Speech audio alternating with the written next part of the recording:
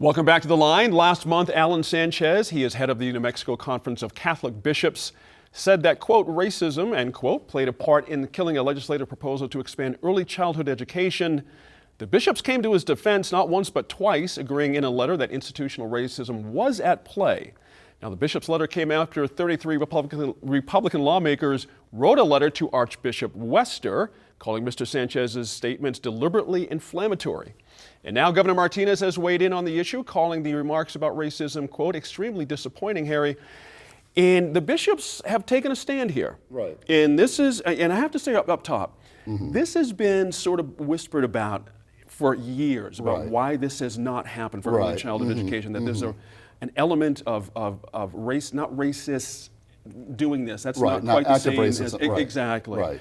Now that it's out there, the ball's been rolled out on the floor now. Yeah. You know what I mean? How the bishops have come off to you on this. And by the way, I have to mention, you have a degree in theology as well. Right, yeah, that's right. Which I think is very interesting. So I read the pastor, or the letter that the bishops put out, and part of it was that they were sort of walking back what Sanchez said originally. Sanchez wasn't talking about institutional racism. What he was talking about was the attitudes of people, particularly in the Senate. And you don't have to work very hard to figure out. He was talking about John Arthur Smith and the folks on the Finance Committee in the Senate. I think it's problematic because once you talk about racism in that sort of way, it's like a Molotov cocktail in the debate. Where do you really go from there? And the problem is that it obscures, a really important policy debate, which is, first of all, about early childhood education. And I think there's a lot that could be said. You could look at what Oklahoma's doing on pre-K, which has had an enormous difference, and there's really data to support that. So you've got the early childhood issue, which is really important, but then you've also got, the policy issue related to how you actually pay for it.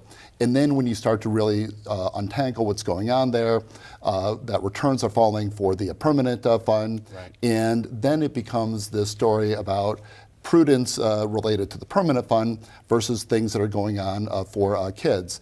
And I just think it's really a unfortunate distraction. That's not to say that there aren't structural issues related to inequity. Very clearly there are.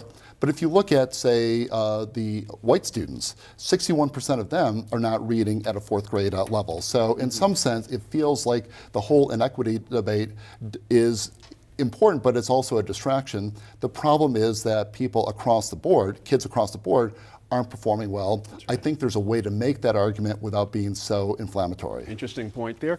So, Lord, what did you make of this? Again, Harry makes an interesting point. Once it's out there, you have to kind of deal with it on this level as opposed to raw numbers and data and stuff like that. Now it's about, legislators backing up a little bit going, hey, what are you talking about here? I'm not a racist. I'm Hispanic. I'm myself, and some have come out and said, and this cannot be. What's your sense of that? Well, it's interesting that Harry mentioned John Arthur Smith, because I'm from Deming and I know John Arthur Smith very well. He's a Catholic, a very active Catholic as well. So it's kind of interesting that if it was intended specifically for John Arthur, that's a miss for me, because I don't necessarily see him that way at all, and I don't think anybody who knows him well would see him as having any kind of racial animus. But I'll say this much: I think there's a big difference, and I don't think that the quote that Alan Sanchez had, his statement necessarily covered this very well per se. But his first one? Yes, his first one. I think there's a big difference between racism and institutional racism. Yes. Like being a racist and institutional racism. And those are issues that are very hard to unpack in a soundbite. That's right. And certainly the reaction I think that most people had, the Republicans in the legislature as well as Martinez, were to the term racist. And I think in what's happened nationally and a lot of issues of explicit racism, I think that's the sort of the background that they took those comments in. I think that if you understand what institutional racism is, and the fact that there are people who are not necessarily acting with racial animus, but they're all acting in a way that continues to perpetuate a racial inequity, an outcome that is inequitable, then there could be some institutional racism there. And the same can be said for corporate America. There's a lot of institutions where that education in the past, we've seen that with lawsuits in the past and civil rights movements and so forth with regard to racism, right, and institutional racism. So I think that the comments were founded, the way I took it, from that institutional racism. perspective in that everybody's sort of acting a certain way, and the outcome has an inequitable outcome. That's right. But it's both, to the extent that racism and poverty are basically have a correlation, and sometimes they have a causation, but there's definitely a correlation, then yes, there's some racism going on here that's institutionalized, and that's a problem. And so when you see, but there's a lot of people, if you just look at it from racial numbers, there's a lot of white kids that are also suffering in the state of New Mexico. right. And the advocates for this issue are just so desperate to get something done, and they feel so knocked down every session by this issue that it's understandable that the comment was there's some racism going on.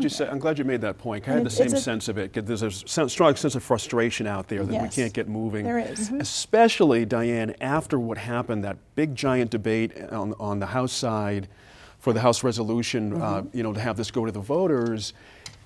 It passed, through the House, and suddenly it seemed like there was momentum and things were kind of going, and then it gets to the aforementioned Senate Finance Committee, and it just goes right down, ingloriously down in flames. So, A couple of points I want to reiterate. Please. I'm like Laura. I served with John Arthur Smith. I adore him. I think he's one of the finest people in the world. I know his true focus is on the financial aspects of the state. I would never, ever, if I was going to call anybody someone who looked at even borderline racist, it would not be John Arthur Smith. He truly is focused on the issue of money and how we're going to pay for it. So I also want to say that I think Alan Sanchez is an incredibly fine man. I've worked with him over the years too on various things. So I think it absolutely boils down to racist and being called a racist versus institutional racism. right. Because not only were there Hispanics speaking up, but they're Hispanic Catholics. And there are many of the Anglos on that committee who happen to be Catholic. And being called a racist is so offensive when your focus has not been on racism or racist issues or statistics. That's right. Focusing on, and don't forget, they just came through 2 or 3 years of no money at all and having to cut everything. So I think that, I just think it boils down to that it was a poor choice of words.